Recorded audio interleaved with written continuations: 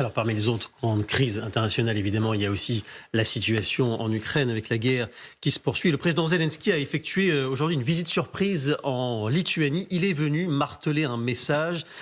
Écoutez bien, Poutine ne s'arrêtera pas à l'Ukraine. Écoutez. Nous devons comprendre que l'Estonie, la Lituanie et la Moldavie peuvent être les suivants, dans le cas où nous ne serions pas capables de résister. On a aussi appris récemment qu'ils ont commencé à discuter de l'indépendance de l'Ouzbékistan et à parler de la Finlande. Il ne s'arrêtera pas tant que nous n'en finirons pas avec lui. Voilà, alors Catherine, ce sont des pays de l'OTAN, les pays baltes. Est-ce que c'est une façon, venir comme ça en Lituanie pour délivrer ce message, de mettre la pression sur les Occidentaux, Catherine? Indubitablement, hein, parce que ça permet à Volodymyr Zelensky de délivrer le même message qui est de dire si vous ne nous soutenez pas, si vous les Occidentaux, vous ne nous soutenez pas et qu'on ne réussit pas à résister à la Russie, vous serez les prochains sur la liste. Et évidemment, les prochains sur la liste, dans l'esprit de Volodymyr Zelensky, et pas seulement d'ailleurs, ce sont les pays baltes. Donc ça a d'autant plus d'écho, évidemment, qu'ils prennent la parole dans ces pays-là. Et puis parce qu'il sait aussi que les pays baltes, pour la même raison, soutiennent l'Ukraine de manière indéfectible. Donc s'il réussit à demander aux pays baltes de mettre encore plus la pression sur les autres alliés, dont on sent pour certains quand même depuis un petit moment qu'ils ont, Ça vacille un peu. on va dire, oui, gentiment, un petit coup de faiblesse. Évidemment, c'est un soutien précieux pour Volodymyr Zelensky, qui est toujours dans la même démarche, de faire débloquer les 50 milliards par l'Union européenne et les 60 milliards par les États-Unis. Parce que, évidemment, à partir du moment où c'est bloqué des deux côtés de l'Atlantique, pour lui, c'est une menace considérable dans sa capacité à continuer à résister à la Russie. Didier François, est-ce qu'il est dans une dramatisation pour tenter de convaincre Américains, OTAN, Occidentaux, et dans une dramatisation peut-être même excessive ou dans le fond, il a raison d'envoyer ce message-là de risque pour les pays baltes qui seraient donc les prochains avec la Moldavie en premier lieu? Alors je pense d'abord que la Moldavie, c'est un sujet beaucoup plus important et beaucoup plus risqué. Parce que la Moldavie ne fait pas partie de l'OTAN. D'accord. Donc oui, aujourd'hui on le voit bien. Si, encore une fois, on est dans de l'hypothèse, hein, restons calmes, on n'est pas dans quelque chose qui est en train de se passer. Mais parce que pour l'instant, la guerre en Ukraine est loin d'être terminée.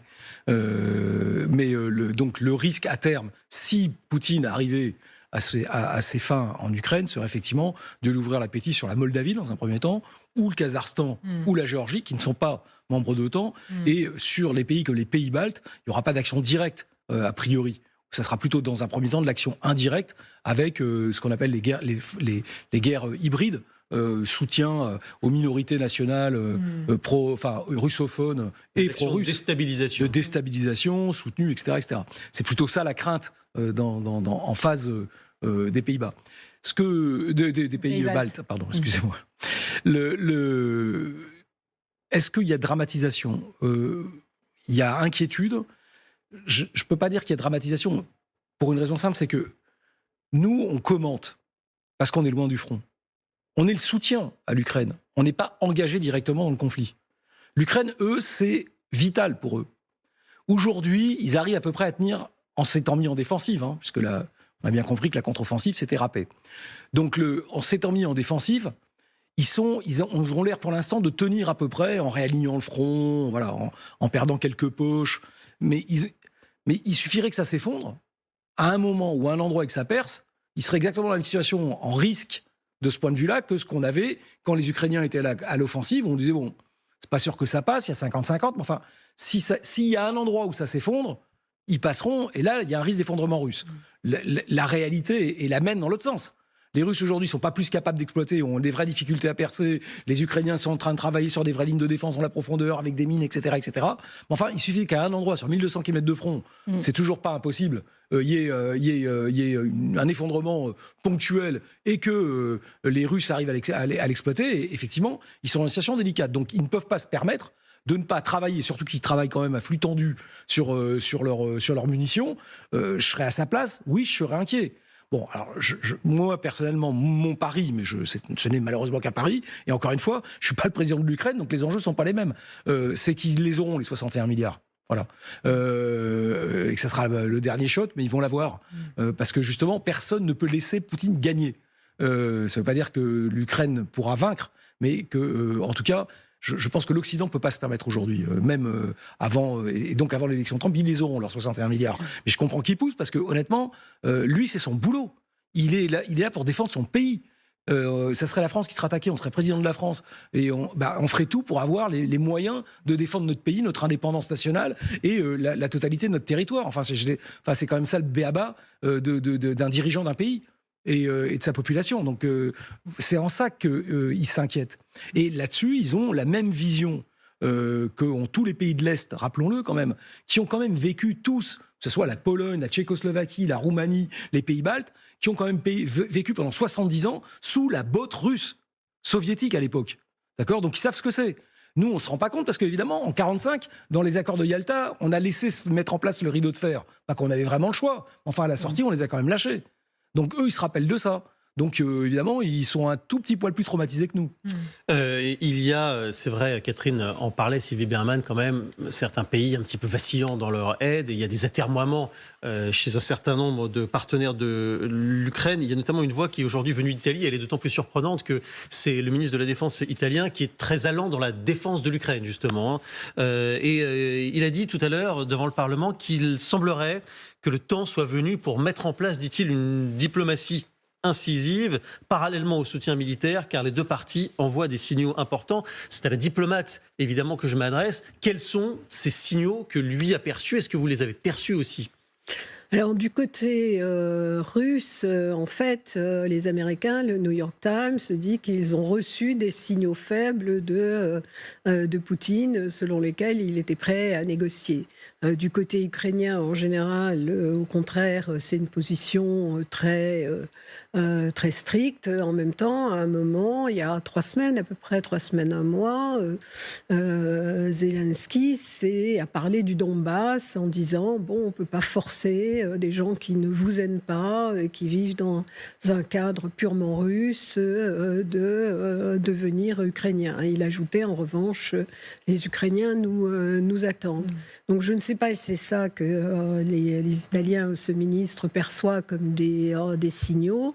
Parce que moi, je pense que du côté de Poutine, il attend plutôt l'arrivée de Trump. Il est dans une phase offensive. Et quant à Zelensky, pour le moment, il essaie de faire le plus de pression possible, en particulier en mer Noire et sur la Crimée, pour, en cas de négociation forcée, peut-être le moment venu, on n'en sait rien, il soit dans une meilleure position. Mais il faut noter que l'Italie a toujours été le pays, finalement, le plus pro-russe au sein de l'Union européenne. Alors, ce n'est pas le cas de Giorgia Meloni. Mais il doit y avoir des rémanences, parce qu'à chaque fois, c'était les Italiens qui demandaient au Conseil qu'on lève les sanctions. Catherine Gentil, on va écouter Volodymyr Zelensky qui affirme, lui, qu'il n'est pas sous pression pour lever le pied. Regardez. Ніяких тиску від партнерів немає щодо припинення нашого захисту. Я би не сказав би припинення бойових дій. Все ж таки це наш захист. Припинення нашого справедливого захисту і припинення нашої боротьби. Un petit problème technique. C'est pas le soir des traductions, vous l'aurez remarqué. Mais donc, comme vous parlez couramment ukrainien. J'ai pas tout compris, en fait. Oui, en gros, il dit non, on n'a pas... Ah, attendez, allez, on a la traduction. Vous êtes prêts ? Super. C'est parti.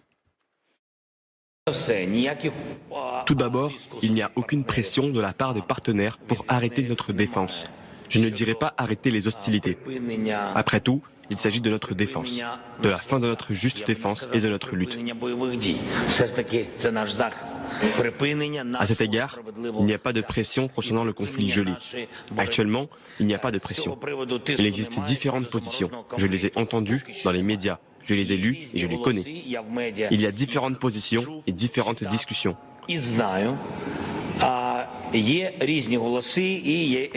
Je pense que les partenaires ne sont pas encore officiellement prêts à nous donner les signaux appropriés. En tout cas, je ne les ai pas entendus personnellement. Donc, pas de pression pour lever le pied, dit-il. On peut le croire ? On peut faire semblant de le croire, en tout cas.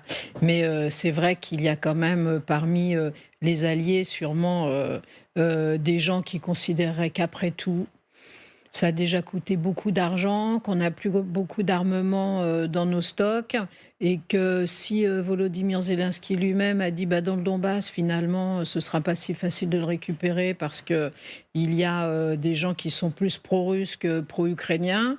Et si on en restait là avec un bon accord, quand je dis bon accord, c'est bien sûr entre guillemets, avec Vladimir Poutine sur, on reste sur ce front gelé, et puis on négocie une architecture de sécurité, pour reprendre les termes avant le conflit.